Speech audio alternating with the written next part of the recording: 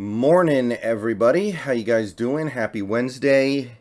Time for another look at the college quarterbacks. Who's doing well? Who's doing not so well? Who's breaking onto the scene? Who's falling off? Let's talk about it a little bit here. And honestly, this was not a great week because a couple of our favorite guys did not play. And that's always a bit of a drag. We had two of my top four and overall 3 of my top 10 not playing this most recent week. So that gives us a little less to talk about. I will say I'm not really going to hold it against anybody for not playing for what should be pretty obvious reasons. I do hold it a little bit against Bryce Young, but that's not really reflected on these rankings. I do think that Bryce Young is going to be fragile in the NFL. For obvious reasons, I do. But I didn't really drop him in the rankings because of that. I already addressed that last week. I think we all know that Bryce Young is going to have a harder time playing a full season than a bigger guy. So let's just accept that and move from there. So I still have Levis number 1, and I know some people are starting to lose interest in him a little bit. I get it. Well, I get it, but I don't agree with it. At the end of the day, I look at Levis and I see a guy who fits what we're doing really well and brings things like tremendous arm talent to the table and good decision making and the ability to go process his reads. I'm just not going to drop him until he actually does something to deserve being dropped. He is the guy who I've really become enamored with, and until he actually has like a really bad game or does some really bad stuff, it's just not happening. So I'm leaving him at number 1. I think he'll be back this week. I hope he is, because weekends are more fun with Will Levis out there. And he's going to be my number 1 until he actually does something to lose it, I think. I feel like it's just his to lose. Number 2, Hendon Hooker stays there. He played a good game against LSU. I got to watch a good chunk of that game, just generally very impressed. He can do it all, and he's tough, too. Like he is a tough guy. He takes hits and keeps going. Maybe he takes a few more hits than you would even like, but he can make all the throws. He's got mobility. He can run. It looks like he's running a real offense out there. So Hendon Hooker, because you can get him in the late first or early second, I think, still there. And then you have C.J. Stroud, who had a great game against, I think, Michigan State. That top 3 is going to be hard to break. I'm just going to go ahead and say that right now. If you're outside that top 3 that I just listed, it's going to be hard for you to get in.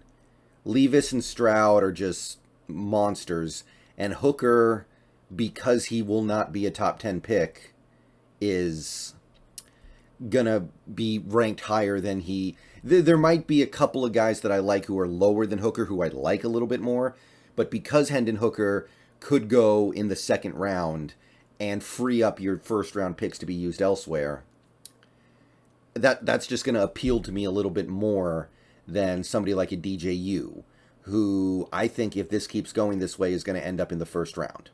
I believe that. I think he's going to go higher than Hooker, actually. So that brings us to number 4. I bumped up DJ. I bumped up DJU to number 4. He played a pretty good game for Clemson last week. It wasn't an amazing first half, but I thought the second half he played really well. Still bringing a lot of positive traits to the table that you like to see from a prospective pro quarterback. And as I watch him, I see a guy who would be a good fit for this offense. And speaking of good fit for the offense, that is why KJ Jefferson has been bumped down. It's not because he didn't play, although he did not play, and that was disappointing. With each game that the Seahawks offense plays well, it becomes far more likely Shane Waldron's going to keep his job. The only way he doesn't would be if somebody wants to hire him as a head coach, which that's not going to happen right now, I don't think. So if we're going to keep Waldron, we're keeping this offense. And if we're keeping this offense, KJ Jefferson doesn't fit. KJ Jefferson, I like him. This is not any dislike of his game. He's putting up great numbers. He's performing very well. He will probably be a good pro. I don't think he fits what we're doing. So I dropped him a little bit. I still like him enough to leave him at number 5. and he's had a great season. I don't want to completely dismiss him just because of that, but it has taken a little bit of the shine off the apple for me. It just has.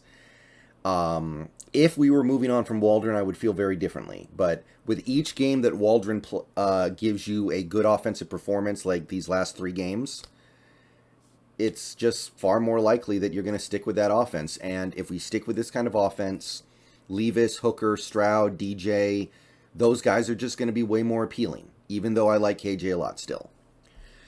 Number 6, Anthony Richardson. I just kind of have him holding steady there. There are problems with Richardson that make it not my favorite. He's going to be a heavily developmental guy. Maybe it makes more sense if you can re-sign Geno on a 1-year deal and then have Richardson sit, maybe even a 2-year deal, but I don't think that's possible.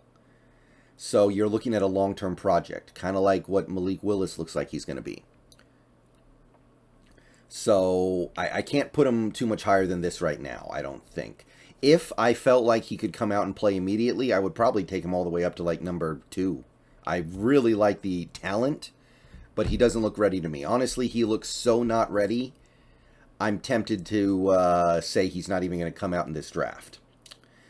Number 7, we have a new face here. We've got Will Rogers. He's a guy who's been moving on up. He's putting up phenomenal numbers this year. I've had the opportunity to see him play a little bit now for Ole Miss, and you see the pro-style traits.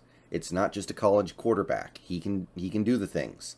So Will Rogers, he's going to have to do it a couple more weeks for me to truly believe, but he's now firmly on my radar, and I think he deserves your respect and your consideration. So probably pro-ready. Probably pro-ready, and that's just going to be a little more important than other things right now, I think. As much as we love upside, I think it's a little more important to look at a guy like Rogers and say, I think he can start day 1. Devin Leary, I held him at number 8, excuse me. Still likable prospect, still a guy that I'm high on. Still a guy you could probably get in a later round, I think. I don't see him as a first rounder at all, which is appealing. But not quite the value of some of the guys ahead of him. Number 9, I put Cam Ward down a little bit, not really because he is doing anything wrong, but again, he's just a project. He's probably not ready for the NFL yet. He might not even declare, and if he does, I see another Malik Willis situation where he's just waiting. He's just going to have to wait a year, maybe even 2.